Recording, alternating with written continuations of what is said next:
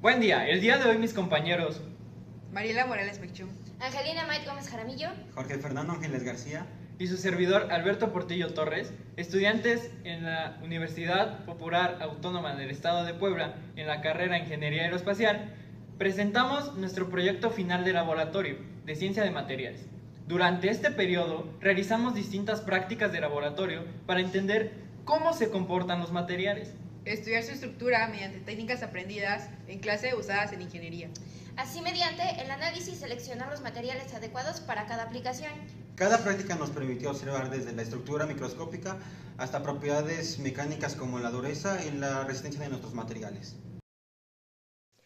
La ingeniería depende en su mayoría de los materiales. Cada edificio, vehículo, máquina o dispositivo funciona gracias a las propiedades mecánicas, físicas y químicas de los materiales que los componen.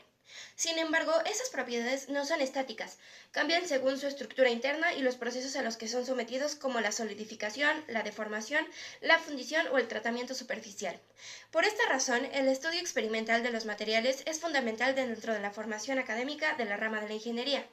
Ahora bien, la ciencia de materiales se encarga de analizar la relación entre el procesado, la microestructura y las propiedades, con el fin de seleccionar el material adecuado para cada aplicación y garantizar seguridad, durabilidad y eficiencia. El objetivo de este conjunto de prácticas que hemos realizado es comprender de manera integral los procesos de manufactura, análisis, transformación y caracterización de materiales mediante la elaboración de los moldes, la producción de caucho de silicón, el vaciado de resina cristal, preparaciones metalográficas y la medición de propiedades mecánicas. Esta actividad nos permite conocer a profundidad la relación entre composición, microestructura y comportamiento mecánico de diferentes materiales utilizados en ingeniería.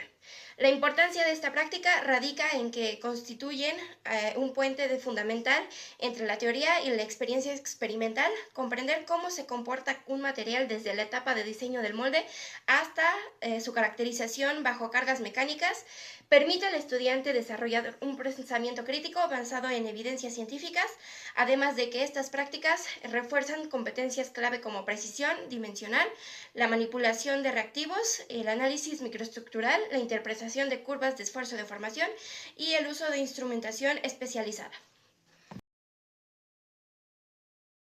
En el laboratorio se estudiaron tres propiedades fundamentales de los materiales: la elasticidad, la dureza y la estructura del material.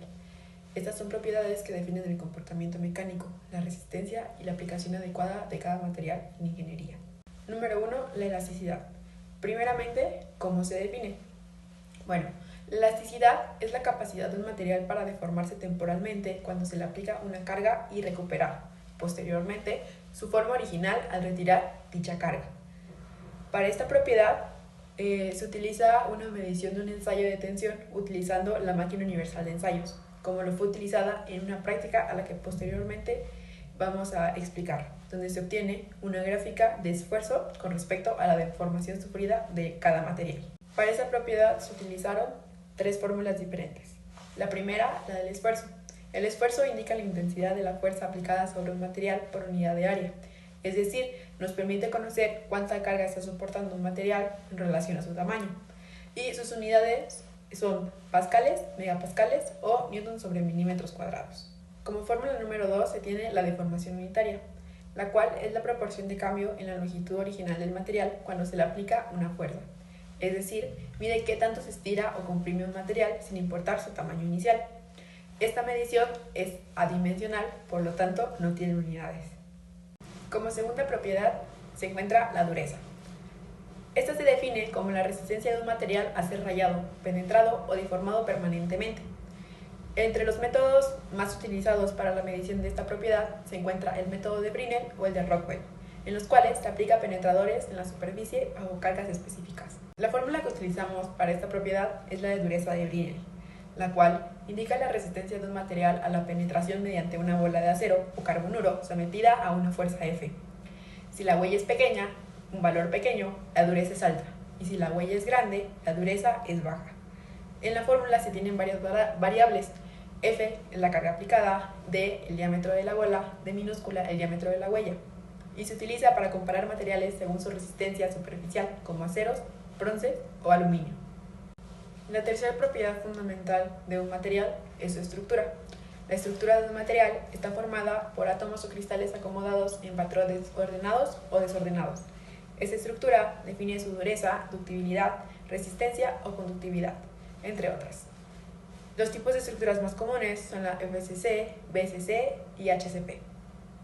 La estructura FCC o cúbica centrada en las caras son los átomos que se encuentran en las esquinas del cubo y en el centro de cada cara. Entre características tiene alta ductibilidad, buena resistencia a la deformación, alta densidad atómica y algunos de sus ejemplos son aluminio, cobre, oro y plata. Primero se encuentra la estructura FCC, es decir, cúbica centrada en las caras.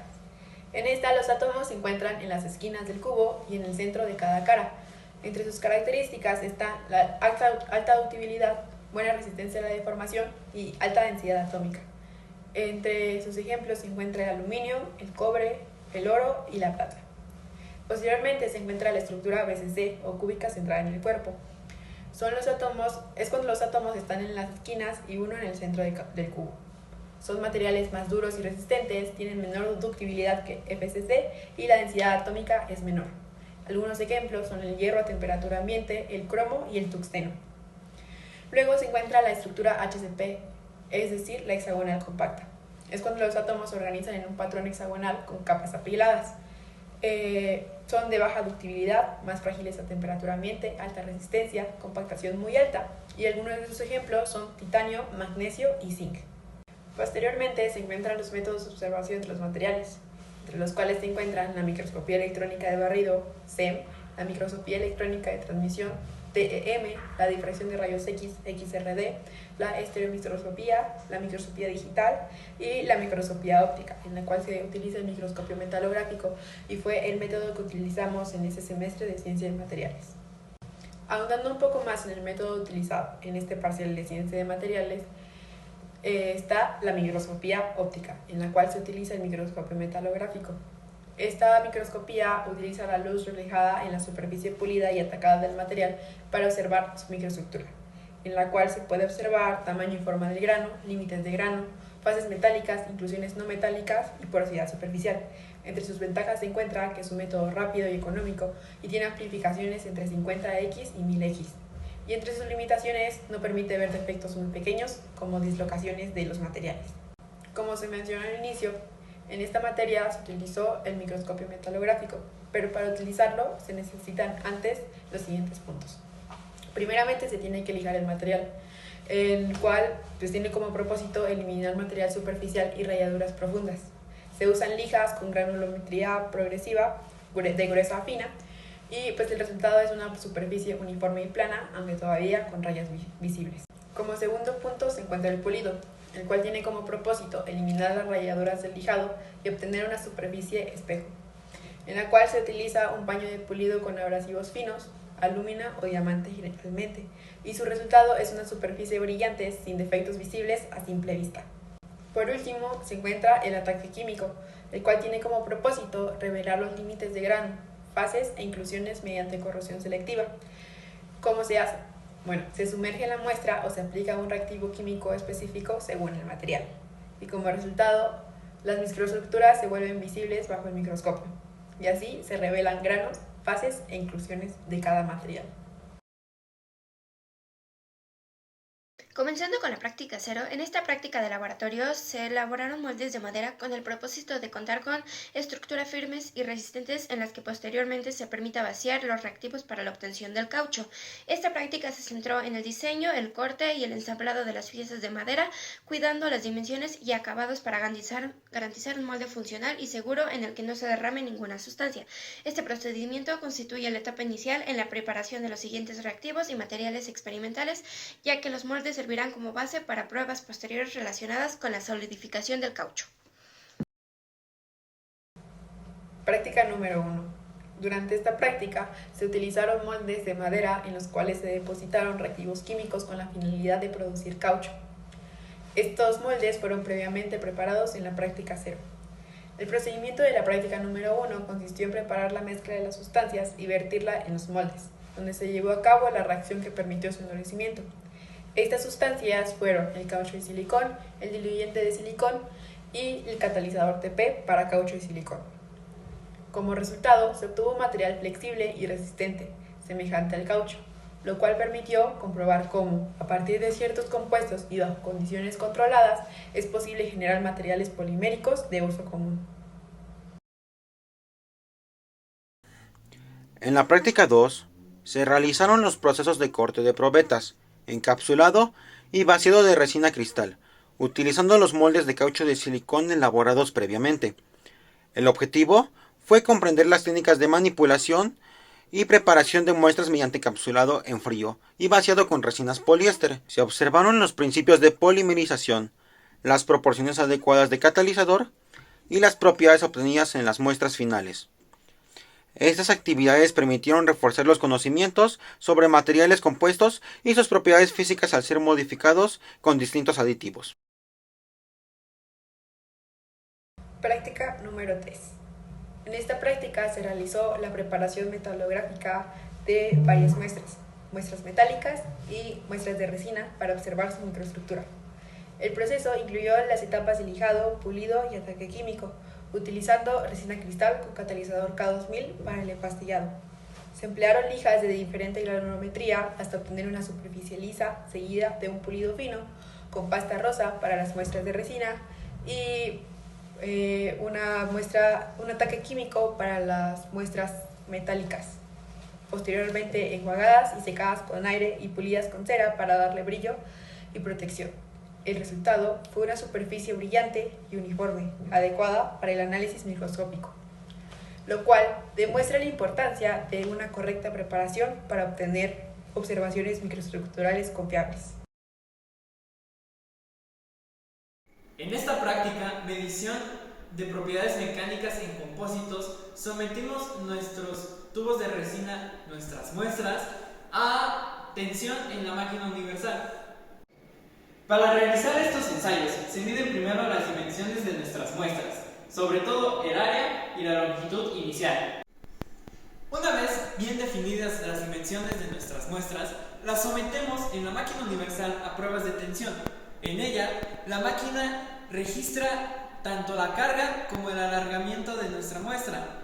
Con estos datos se calculan el módulo de Young, la resistencia máxima a la tensión y el límite elástico, así como la deformación convencional. Las actividades permiten observar cómo se comportan los materiales compuestos frente a esfuerzos mecánicos y cómo varían sus propiedades. En esta práctica se aprendió el uso del microscopio metalográfico y de un microscopio adaptado al celular para observar la microestructura de diferentes metales.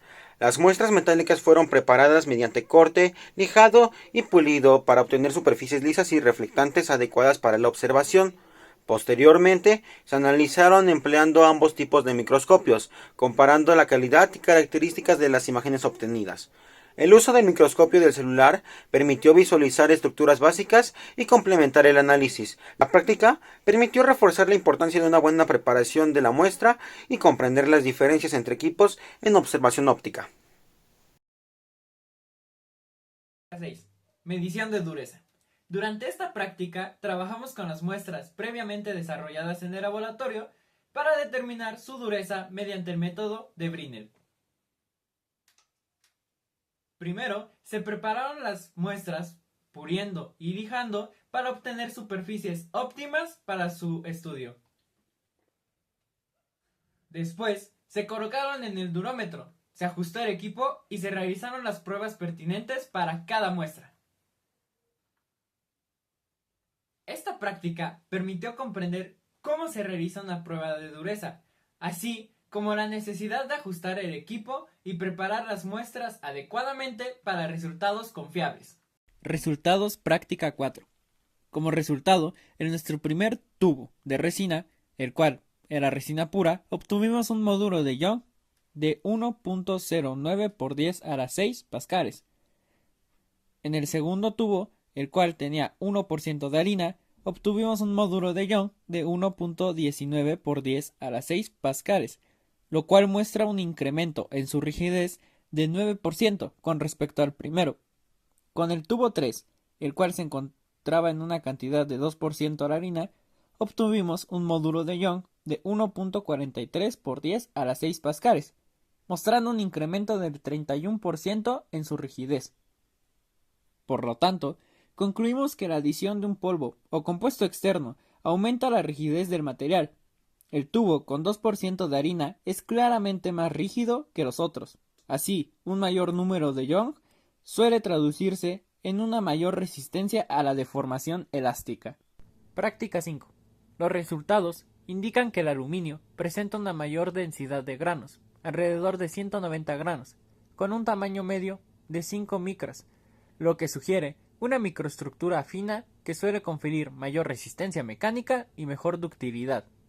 La resina con harina muestra menos granos, alrededor de 145, pero el mismo tamaño medio, reflejando una matriz más heterogénea y probablemente una menor rigidez. La imposibilidad de contar granos en el acero subraya la importancia de seleccionar la magnificación adecuada. Sin el aumento necesario, los bordes de grano pueden quedar indistinguibles, comprometiendo la precisión del análisis. En conjunto, la práctica demuestra que una preparación cuidadosa y la elección correcta de la magnificación son esenciales para obtener datos fiables. Además, el uso de un adaptador del celular resultó útil para una evaluación preliminar, pero la calidad óptica del microscopio metalográfico, el cual no se tuvo a la mano, sigue siendo indispensable para mediciones cuantitativas precisas. Estos hallazgos refuerzan la utilidad del análisis metalográfico como una herramienta fundamental en la caracterización de materiales. Práctica 6. Medición de dureza.